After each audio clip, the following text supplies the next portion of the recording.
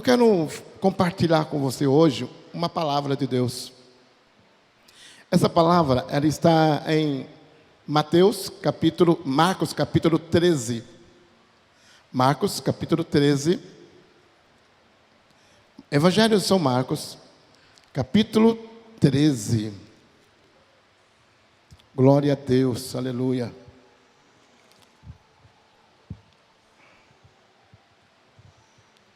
Aleluia.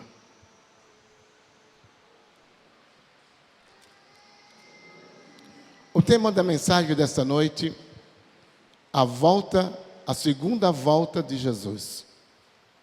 Você sabe que a primeira vinda de Jesus foi há 2000 anos atrás.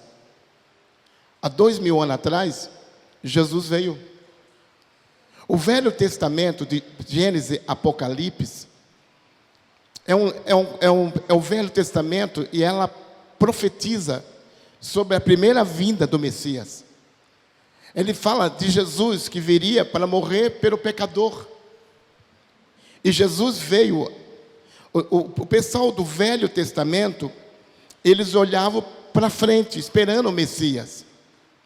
Mas nós agora, que somos do Novo Testamento, somos da época da Nova Aliança, agora nós olhamos para trás e sabemos que Jesus veio há 2000 anos atrás, e Ele morreu numa cruz por mim e por você.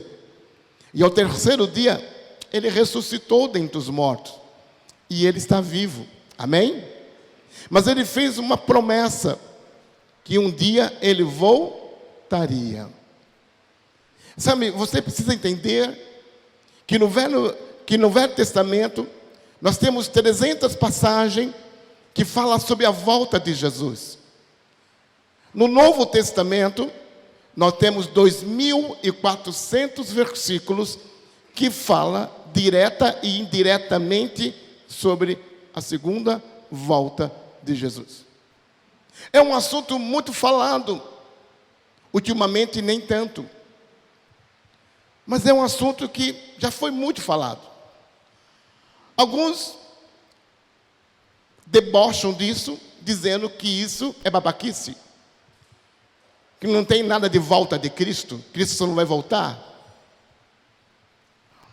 Mas existem outros que até marcaram a data de Jesus voltar, e Ele não voltou nas datas. Mas de vez em quando aparecem alguns aí, dizendo que Jesus vai voltar daqui 100 dias, 200 dias, daqui 10 anos. Eu lembro que quando eu era garoto, uma mulher falou, eu tinha 10 anos, ela disse que ela acordou com um anjo no quarto dela. E ela disse que o anjo falou para ela que faltava 7 anos para Jesus voltar. Porque ela disse que no relógio faltava 7 minutos para meia-noite. E eu era garoto, então eu falei, nossa, falta 7 anos, eu não vou nem casar, eu não vou nem ter, né? Que negócio esquisito. Irmão, já passou mais de 40 anos isso já. Até hoje Jesus não voltou. Porque eu falava que Jesus ia vir até 2000. 2000 não passará. Já passou. E Jesus ainda não veio. Mas você vai entender. Agora existe um pessoal esperando a volta de Cristo, por causa das eleições. Jesus tem que voltar logo, pastor. Por quê? Olha que baixaria está acontecendo no país. Esse pessoal na frente dos quartéis, alguns são evangélicos, e eles começam a fazer vídeo dizendo, Jesus, volta logo, Jesus, volta logo. Eu falo, volta não. Não volta não. Não volta. Não volta. Por que não volta? Porque você não está entendendo nada. Essas não são as lutas de Deus. Essas não são as lutas da igreja. Não, essas não são as lutas. Esses problemas que você está enfrentando na China, na Coreia, no Iraque, na Síria, no Egito, na África. Países por aí, pessoas estão sendo mortas todos os dias pelas autoridades daquela nação. Países socialistas estão fechando igrejas por aí. E você não vê aquele povo dizendo: Jesus, volta. Jesus, não, por causa de política, Jesus nunca vai voltar. Jesus não vai voltar por causa de um partido. Jesus não vai voltar por causa de uma bandeira. Não, Jesus não vai voltar por causa disso. Semana passada eu falei sobre que dê a César o que é de César e dê a Deus o que é de Deus. Então a volta de Cristo tem a ver com outra coisa, não com isso. E eu queria compartilhar com você sobre isso. Não vai dar para nós encerrarmos essa palavra hoje, né, porque ela é extensa, mas com certeza nos próximos domingos a gente vai encerrá-la. Mas fala do versículo 1 em diante. Ao sair Jesus do templo, disse um dos seus discípulos: Mestre, que pedras e construções. Mas Jesus lhe disse: vê esta grande construção? Não ficará pedra sobre pedra que não seja derribada. No Monte das Oliveiras, de frente do templo, achava-se Jesus assentado, quando Pedro, Tiago, João e André perguntaram em particular: diz-nos, quando sucederão essas coisas, e que sinal haverá quando todas elas estiverem para cumprir-se? Então Jesus passou a dizer-lhe: vede que ninguém vos engane. Versículo 6. Muitos virão em meu nome, dizendo: sou eu. Enganarão a muito. Quando, porém, ouvides falar de guerra, rumores de guerra, não vos assusteis. Faz quanto tempo que você ouve falar de rumor de guerra? 2000 anos. Isso não vai acontecer, já está acontecendo há 2000 anos. Rumores de guerra. Então vamos lá. Versículo 7. Quando, porém, ouvirem falar de guerra, rumores de guerra, não vos assusteis. Nós nos assustamos com a mudança da política. Nós desesperamos, nós perdemos o rumo da vida.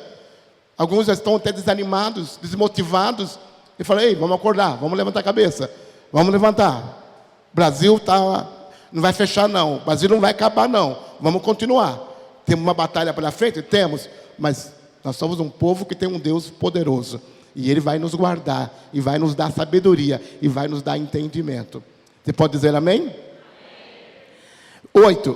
Porque se levantará nação contra nação, reino contra reino. Haverá terremotos em vários lugares e também fome. Isso já está acontecendo há muito tempo.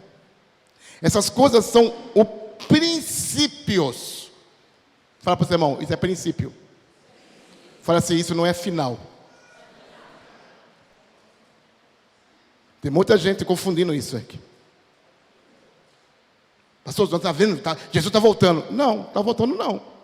Segundo a Bíblia, não. Isso é princípios. Estamos no meio dos princípios ainda, em algumas coisas. Então vamos lá, vamos ver o que a Bíblia diz. 9.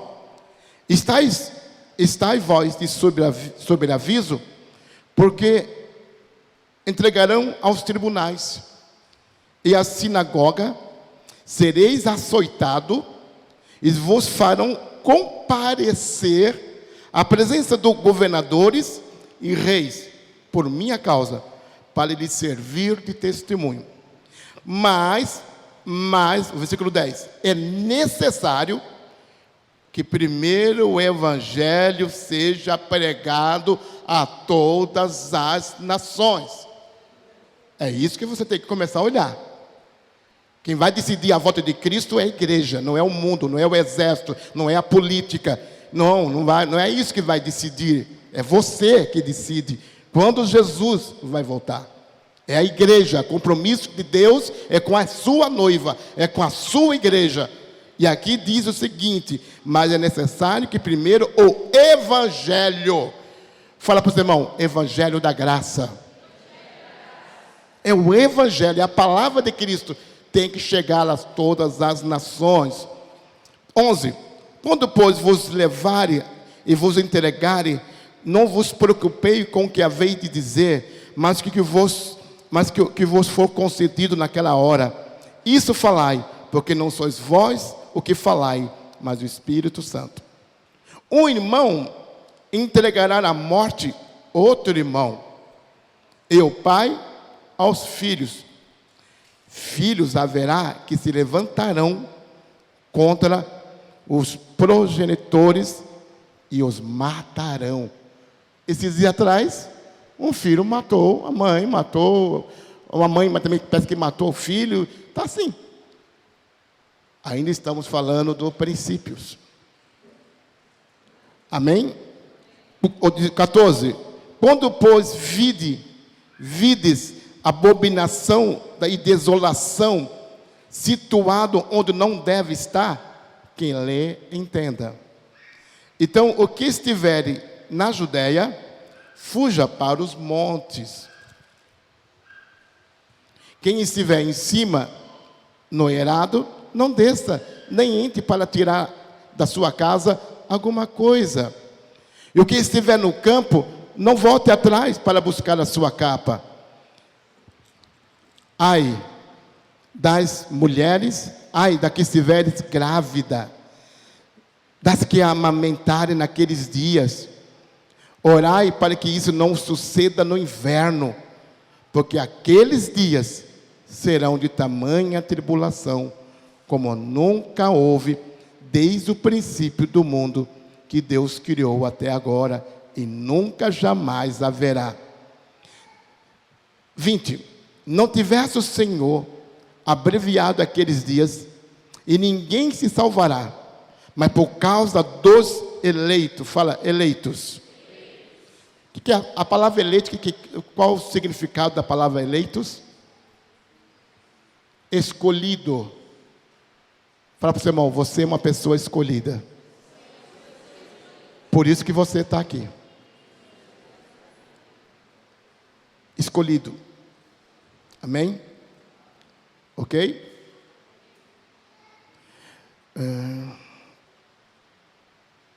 Porque aquele dia serão tamanho... O versículo... Onde parei? Desculpa. 20. Obrigado. Se não tivesse o Senhor abreviado aqueles dias, ninguém se salvará. Mas por causa dos eleitos que Ele escolheu, Ele abreviou, acelerou. Lembra do ano passado? Aceleração. Deus tem pressa. Porque esses dias são dias difíceis. Pode perceber que agora é janeiro. Ei, presta atenção. Semana que vem já é fevereiro. Daqui a pouquinho nós estamos em dezembro de novo. Está muito rápido as coisas. Se você não ficar esperto, 2023 passa e você não faz nada. Porque as coisas estão muito rápidas. A Bíblia diz que Ele iria abreviar. 21. Então, se alguém vos disser, eis aqui o Cristo, ou ei-lo ali, não acrediteis, pois surgirão falsos cristãos, falsos profetas, operando sinais e prodígios para enganar, se possível, os próprios eleitos. Estai-vos de sobreaviso tudo que vos tenho predito. Eu só até aqui por enquanto. Amém? Deixa eu lhe falar algo para você.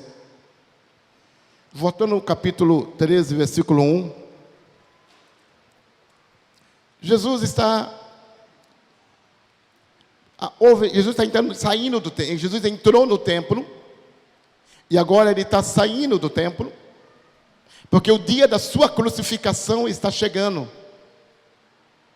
Então agora Jesus está no templo, ele está ensinando no templo. E esse templo era um templo muito bonito. O primeiro templo foi Salomão que fez. Era considerado a 7 maravilhas do mundo da época. Aquele templo foi destruído. Depois Esdras veio para restaurar o templo. E no século 20 antes de Cristo, o Herodes o Grande, ele reformou esse templo.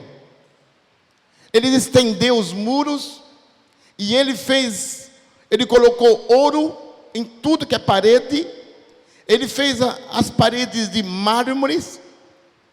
E diz os grandes estudiosos que do deserto bem distante, você olhava para Jerusalém e você era capaz de ver o brilho do templo, porque ele colocou ouro puro.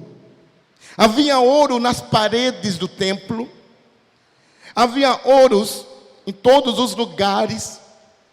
Ele investiu pesado naquele templo, por uma questão não de religião, porque agora ele governava Israel, ele era romano. Israel estava debaixo do poderio romano naquela época. E então havia aquelas pedras lindas. Eu fui estudar o tamanho dessas pedras. Algumas pedras tinham 12 metros de comprido, 4 metros de largura e 4 metros de profundidade. Algumas dessas pedras. Imagina o investimento que foi feito na construção desse templo. E aí os discípulos, então, agora, eles estão saindo. E quando eles estão saindo, os discípulos falam assim: Jesus, você não está vendo que coisa linda nessa... Olha que construção, que pedras maravilhosas, que pedras lindas. Os discípulos de Jesus ficaram espantados, maravilhados, por ver tanta beleza, ouro, pedras lindas, mármores. Aquilo era capaz de encantar qualquer ser humano. Então agora Jesus está com os seus discípulos, e ele está saindo naquela porta, e ele olha e diz assim: não ficará pedra sobre pedra. Jesus olha para eles e eles ficam espantados, porque aquilo para ele era um marco, aquilo para ele era algo poderoso. E Jesus então olha para aquela casa e diz para eles que não ficaria pedra sobre pedra. Vamos abrir Mateus 23, 38.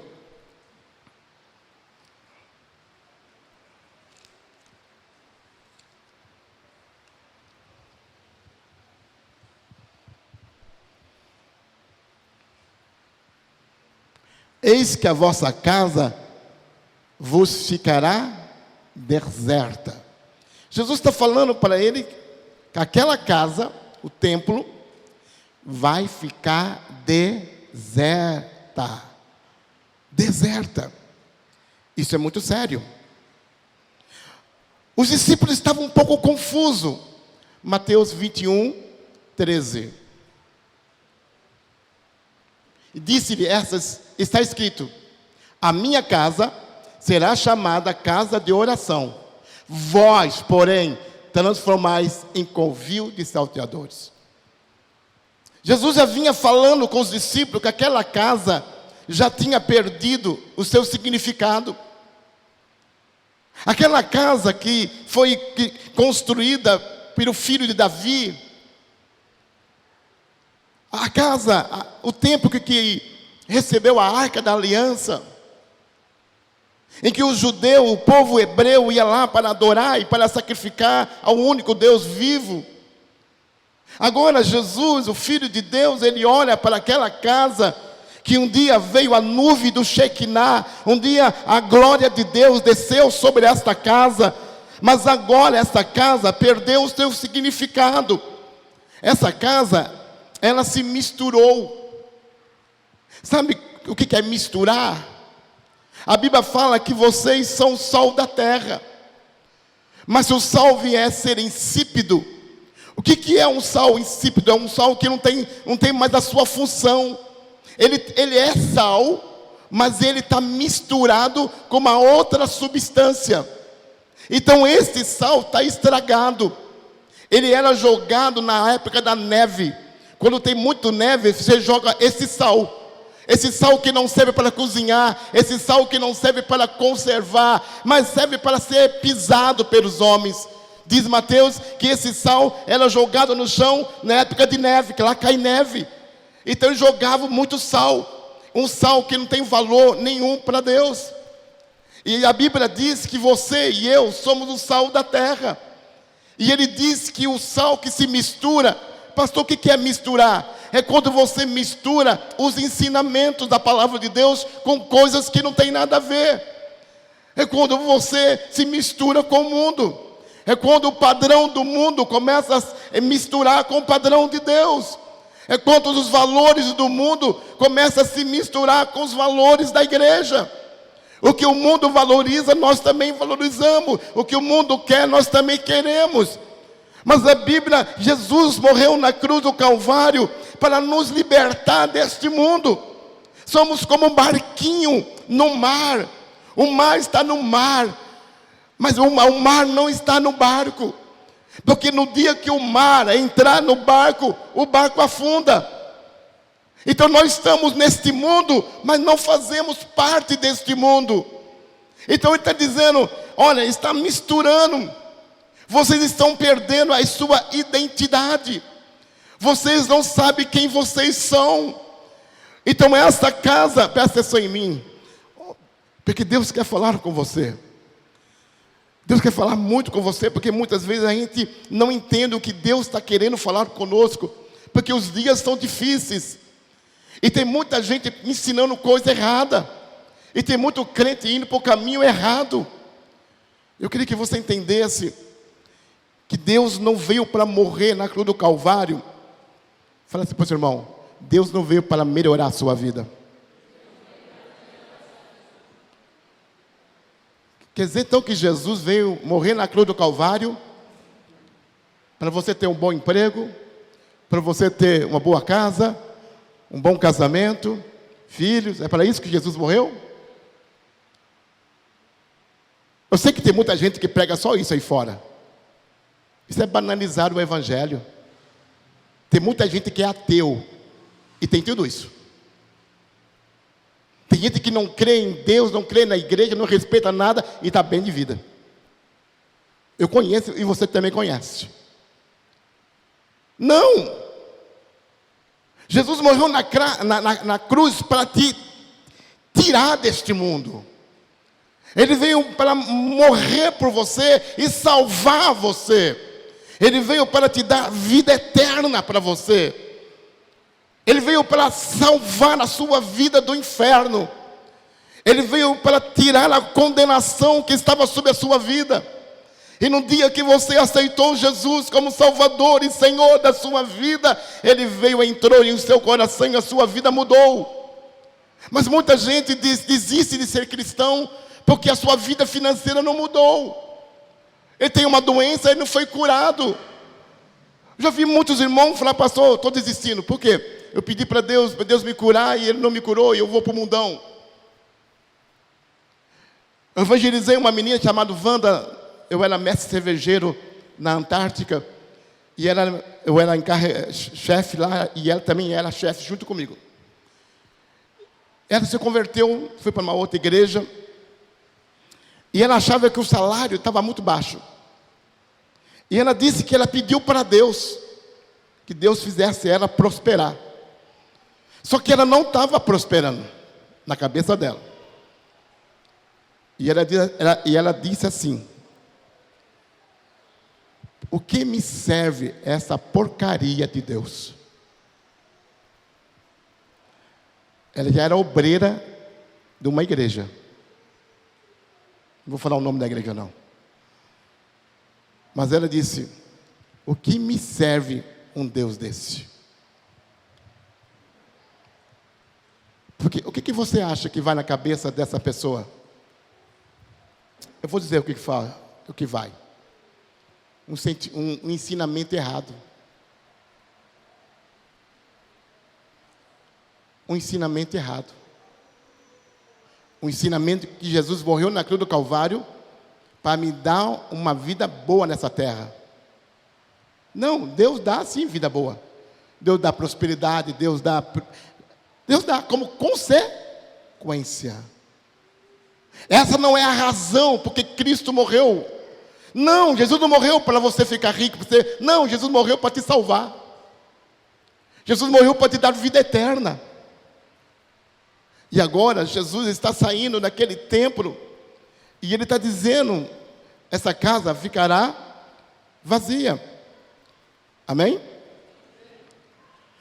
1 Samuel 4:21.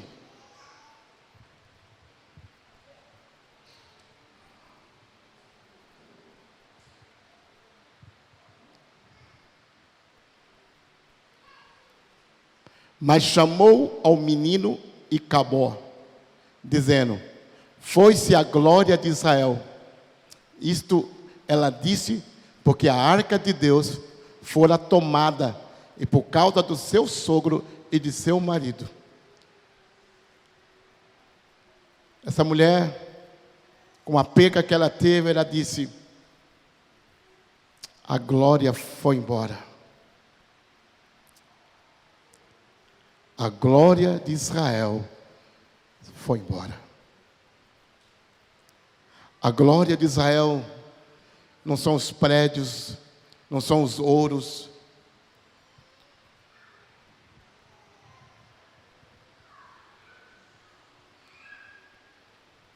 Sabe, existe um ensinamento errado. E que você hoje precisa ser liberto desse ensinamento errado. Se nós podemos também, Ezequiel, capítulo 11, versículo 23. Já estou terminando.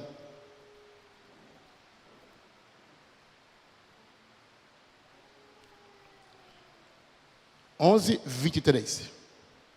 A glória do Senhor subiu do meio da cidade e se pôs sobre o monte que está no oriente da cidade. Isso foi falado no Velho Testamento. Vamos ler junto? 1, 2, 3. A glória do Senhor.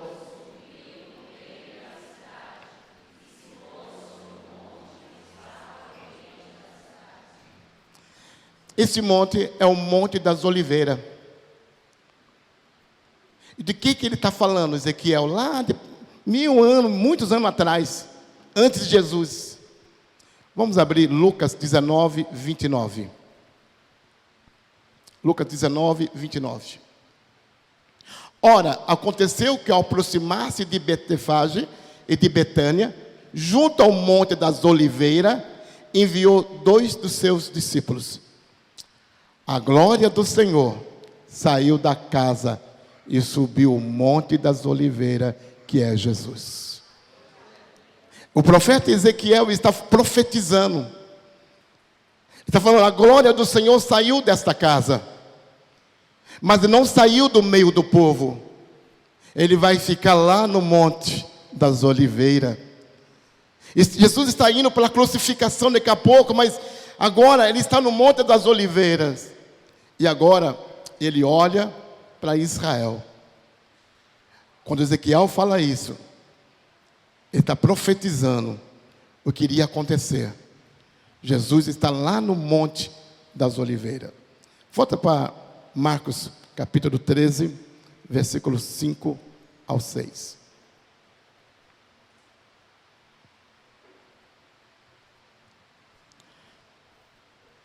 Porque quando Jesus sai do templo, ele diz, não ficará pedra sobre pedra. Os discípulos ficaram espantados com Jesus. Do que ele está falando? No ano 70, Tito cercou Jerusalém e eles estavam sem comida.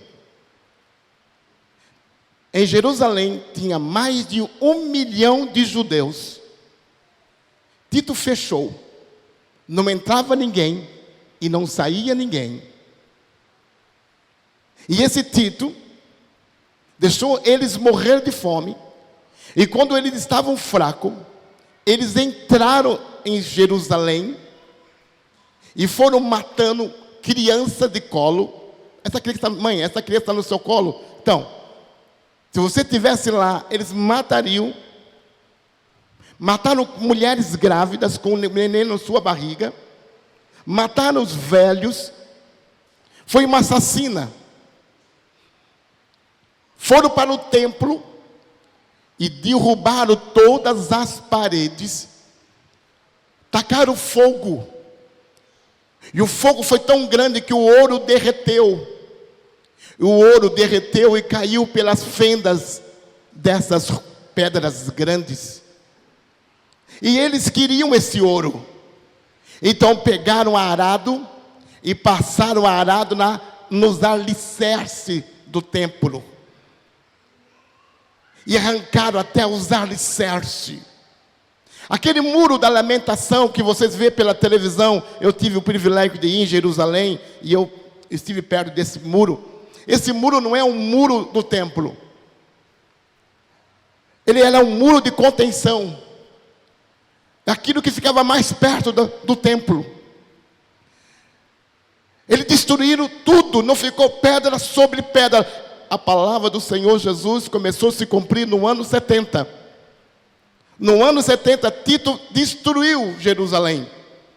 Foi quando os judeus se espalhou pelo mundo todo. Ele exterminou com tudo, acabou com tudo. Pegou o ouro, pegou tudo que tinha de valor e levou embora. A palavra de Deus, ela se cumpriu. Jesus disse, não ficará pedra sobre pedra. Os discípulos não conseguiam entender, mas Jesus estava dizendo para ele, olha, vai acontecer isso. Sabe por quê? Porque eu entrei nessa casa e essa casa não quis o Filho de Deus. Essa casa desprezou. E isso tem acontecido com muitas igrejas, com muitos irmãos.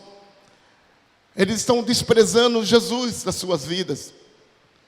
Estão se misturando com coisas deste mundo. Estão se esquecendo da cruz, estão se esquecendo de Cristo. E eles estão se misturando com este mundo. Estão querendo modernizar o Evangelho. Estão querendo mudar o Evangelho. Um Evangelho vivido 2000 anos atrás. Agora parece que esse Evangelho não tem mais poder para mudar a vida das pessoas. O Evangelho que eu conheço transforma a vida de qualquer homem, de qualquer mulher. Ei, presta atenção em mim. Olha para mim. Eu fui diretor de uma clínica de recuperação para viciados em drogas. E eu cansei de receber pessoas viciadas em drogas, meninas viciadas em drogas. Não havia crack, só havia cocaína, maconha e um monte de barbitúricos. Aqueles rapazes, aquelas meninas entravam destruídas. O Francisco, o pai dele tinha uma rede de farmácia em Alto de Pinheiro. Sabe que Alto de Pinheiro é um lugar muito próspero. E esse Francisco, ele ia na privada, depois de todo mundo já ter feito o número 1, e nós escovando os dentes, ele ia lá e lavava o rosto dele dentro da privada. Fez 2 faculdades. O pai dele é dono de uma rede de farmácia. O cara é rico. Mas as drogas destruiu a vida dele. Mas quando Jesus entra na vida de uma pessoa, ele transforma. E a vida dele foi sendo transformada. Vida de outros homens, de outros meninos. A minha, inclusive, foi transformada. Eu comecei a usar droga quando eu era adolescente. A minha vida foi transformada. Tinha problemas de querer cometer suicídio. Quantas vezes tentei? A minha mãe se matou, eu queria me matar. Mas quando Jesus entrou através do Evangelho, isso mudou o meu coração, isso mudou a minha vida, mudou a minha mentalidade. O Evangelho é o poder de Deus para mudar a tua vida hoje. Eu não sei como está o teu casamento, como está a tua vida, como está o teu emocional, mas o Evangelho ainda é poderoso, mais forte de qualquer coisa neste mundo. Não existe mais nada mais poderoso do que o verdadeiro Evangelho. E o verdadeiro Evangelho, ele te ensina a como ter uma vida de qualidade. E começa quando você entende que a graça é um favor que você não merece, mas Ele te deu. Sabe, eu tenho muita dificuldade com algumas coisas. Quando eu vejo pessoas procurando coisas aí fora para tentar resolver os seus problemas, eu não sou contra. Mas eu fico triste porque Jesus é o único caminho, a verdade e a vida. Eu nunca vou contrariar você, porque eu respeito a sua forma de pensar. Se você quer fazer isso, você faça. Mas toda a minha vida eu só procuro Jesus, eu procuro ler a minha Bíblia, eu vou para a igreja, eu vou para a célula, eu vou para uma conferência, eu vou para um encontro, eu oro, eu falo, Senhor, me ajuda. Você conhece pessoas na sua família, nos seus amigos, que estavam com a sua vida destruída e hoje estão bem. Hoje eu estou aqui de pé e eu estou olhando um monte de gente que eu conheço há muitos anos e eu sei como você entrou naquela porta. Muitos de vocês que estão aqui sentados e me olhando com esse olhinho meio cansado por causa do calor que está aqui dentro, né? Você está me olhando, mas eu quando olho para você, eu lembro quando você entrou na célula. Eu lembro quando você foi para o encontro pela primeira vez. Eu lembro quando você recebeu Jesus. Eu lembro de cada momento. Mas o problema é que a gente se esquece de onde Deus nos tirou. Nós nos esquecemos de que o Evangelho é poderoso para mudar a nossa história de vida. Sabe o que está acontecendo com esse templo? É que esse templo perdeu a identidade. Mas muitas vezes a igreja do Senhor também perde a sua identidade. Deus nos deu uma identidade. Eu sou filho amado de Deus. Cristo é suficiente para mim. Se Jesus me curar, eu estou com Ele. Mas se Ele não me curar, eu continuo com Ele. Se Jesus me prosperar, eu estou com Ele. Mas se Ele não me prosperar, eu continuarei com Ele. Quando meu filho Jonathan deu um neurisma na cabeça dele, e eu e minha esposa, nós achamos que iríamos perdê-lo, a minha oração foi essa: se o Senhor levar o meu filho, o Senhor continua sendo bom. O Senhor continua sendo bom. Está surgindo um tipo de crentes hoje em dia, que tudo tem que dar certo para eles. Eu quero dizer para você que nós nos levantamos nessa igreja para dizer que não é assim nessa igreja. Nós somos o tipo de crente que Jesus gosta. Gente que não recua, gente que não abre mão, gente que está disposto a servir Jesus por nada. Simplesmente porque Jesus é a melhor coisa na minha vida.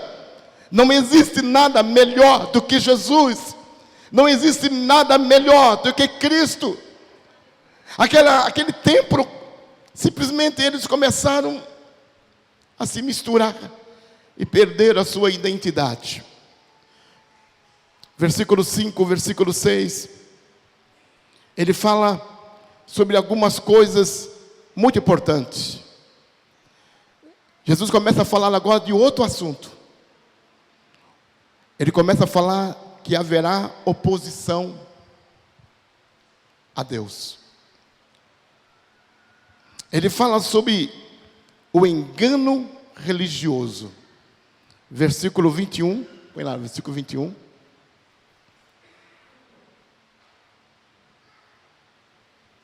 Então, se alguém vos disser, eis aqui o Cristo, ou ele ali, não acredite.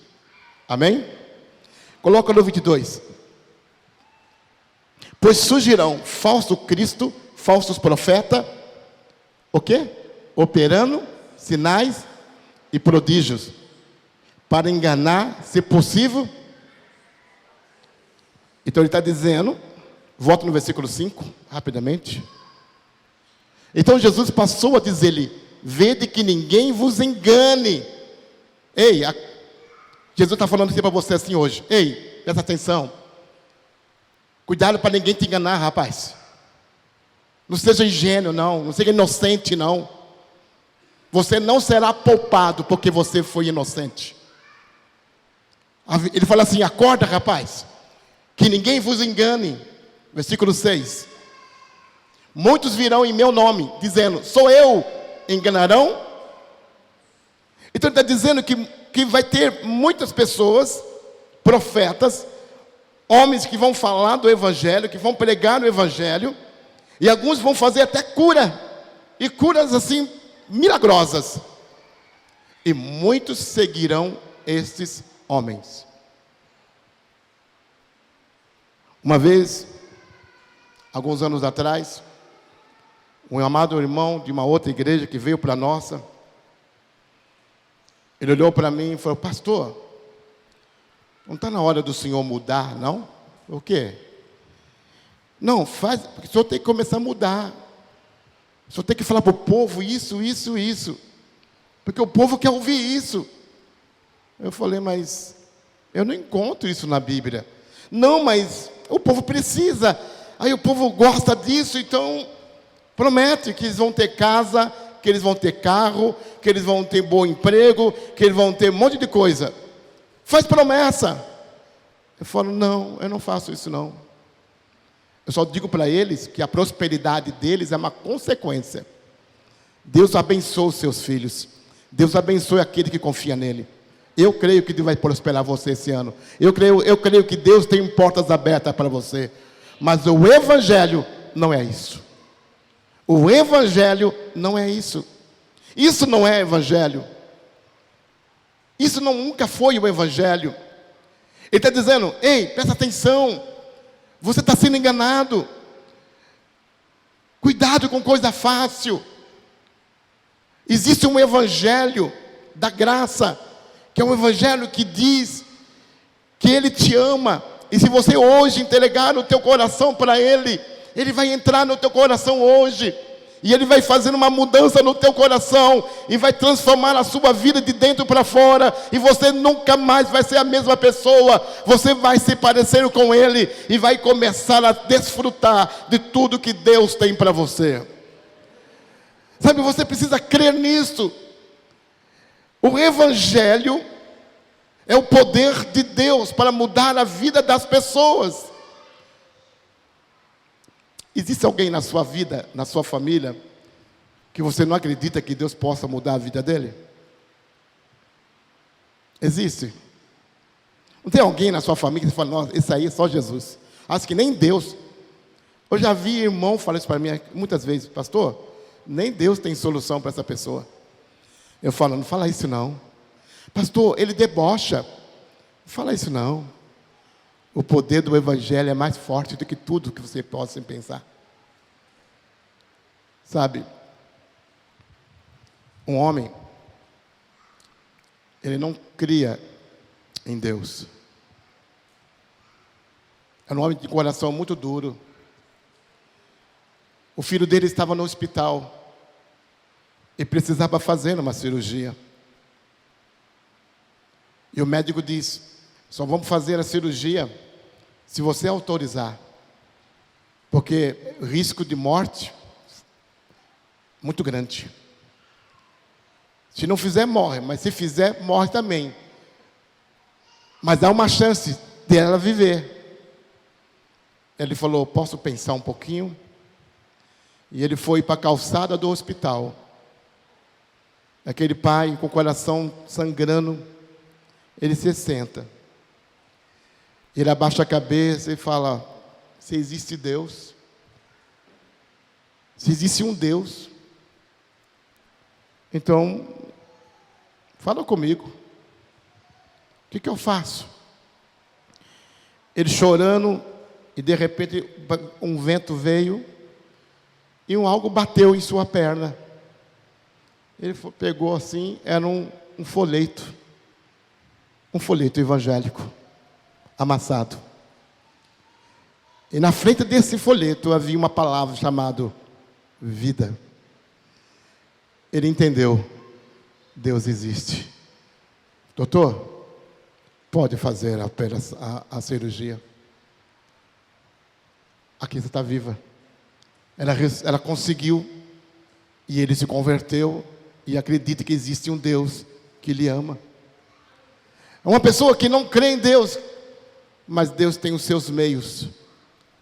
Você está aqui hoje porque Deus trouxe você.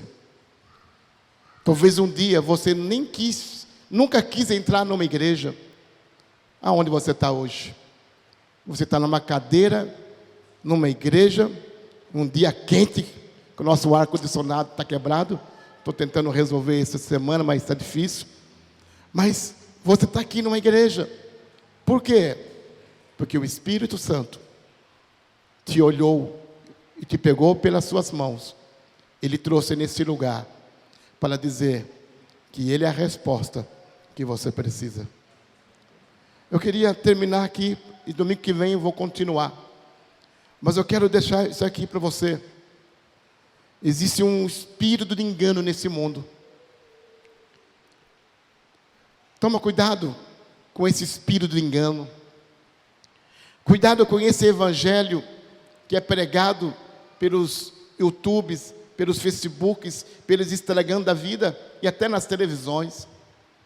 Existe muita coisa boa na televisão, existe muita coisa boa no YouTube, nos Facebook, existe.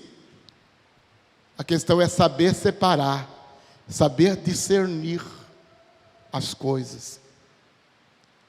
Sabe, eu conheço pessoas que eram muito crentes e hoje estão no mundo, porque foram seguir um homem. Quem conhece aquele cantor, aquele grupo de sertanejo que cantava aquela música Tira o Carro da Garagem da Vizinha? Vocês lembram? Era Sandro e Gustavo, a dupla. Eles ganharam um disco de ouro no Faustão. Sandro, ele era meu filho na fé. Ele era viciado em cocaína. Com 12 anos, eu recebi ele na clínica e ele se recuperou. Eu tenho um disco dele gravado evangélico. Mas um dia, ele seguiu um homem que se dizia palestrante do evangelho. Sandro foi cantar em Catanduva.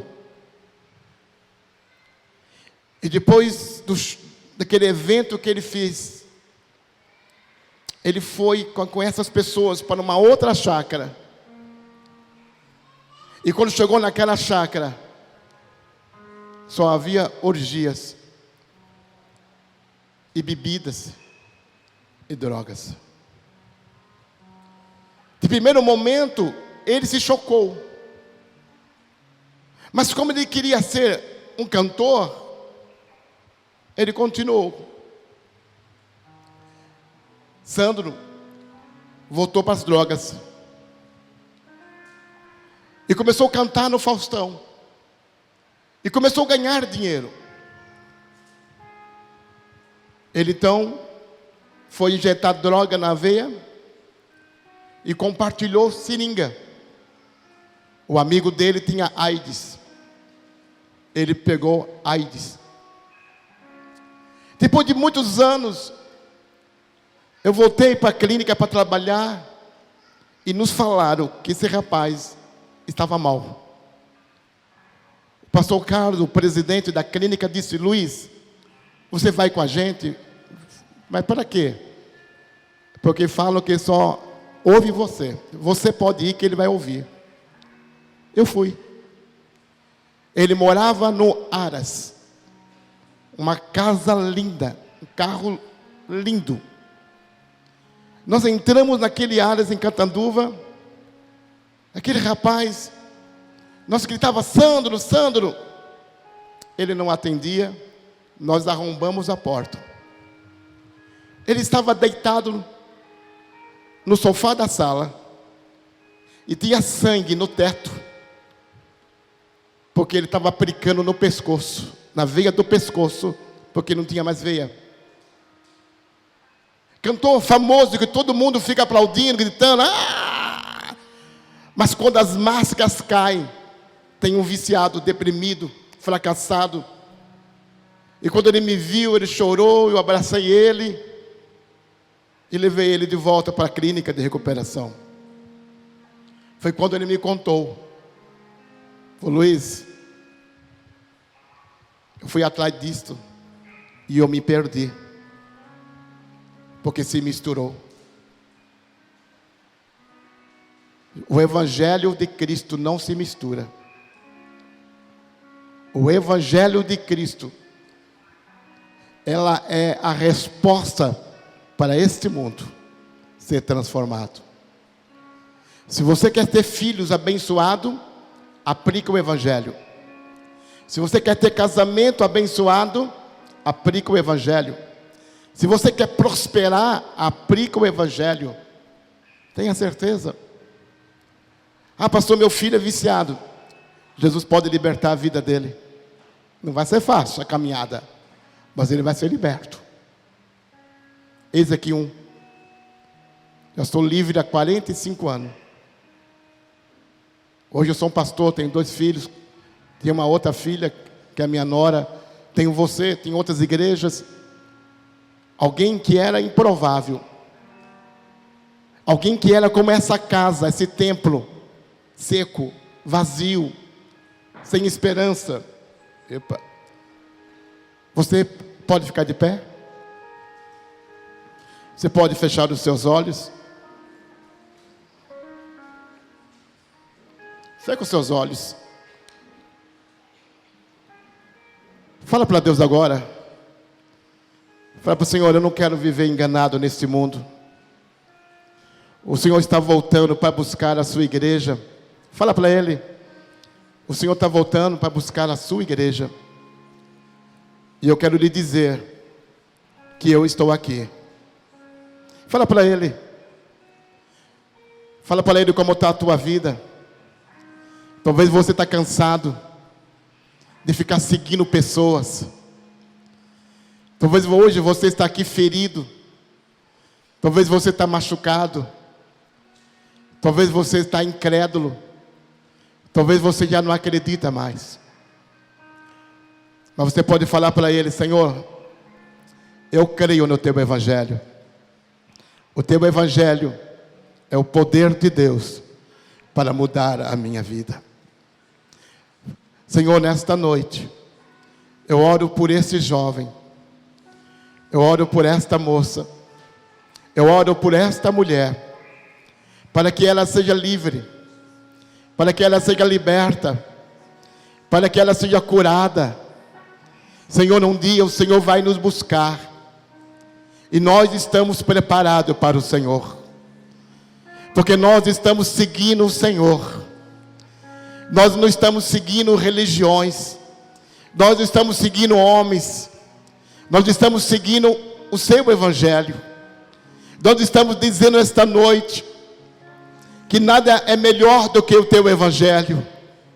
O Senhor é o caminho, a verdade e a vida, e ninguém chega ao Pai se não for pelo Senhor. Eu declaro nesta noite que nesta noite existe esperança para esta vida. Eu quero declarar em nome de Jesus, em nome de Jesus, em nome de Jesus, em nome de Jesus, em nome de Jesus. Quebra toda resistência, Senhor. Quebra toda resistência na vida dessa pessoa. Quebra toda resistência na casa dessa pessoa. Essa bagunça que está a sua vida, essa bagunça que está a sua casa, neste momento eu estou pedindo, Pai, venha com o Teu Evangelho e transformar o ambiente desta casa. O Senhor pode trazer paz a esta casa. O Senhor pode trazer mudança a esta casa. O Senhor pode trazer mudança na vida desses filhos. O Senhor pode trazer mudança no coração das pessoas. Ah, Jesus, Jesus. Pastor não muda a vida das pessoas. Igreja não muda a vida das pessoas. Igreja só é um instrumento Teu para este processo. Eu declaro que eles terão um encontro com Cristo. E esse encontro mudará a sua vida para sempre. Eu declaro em nome de Jesus. Ebenezer, Ebenezer. Até aqui nos tem ajudado o Senhor. Você pode aplaudir a Jesus? Aleluia. Glória a Deus. Aleluia. Queridos,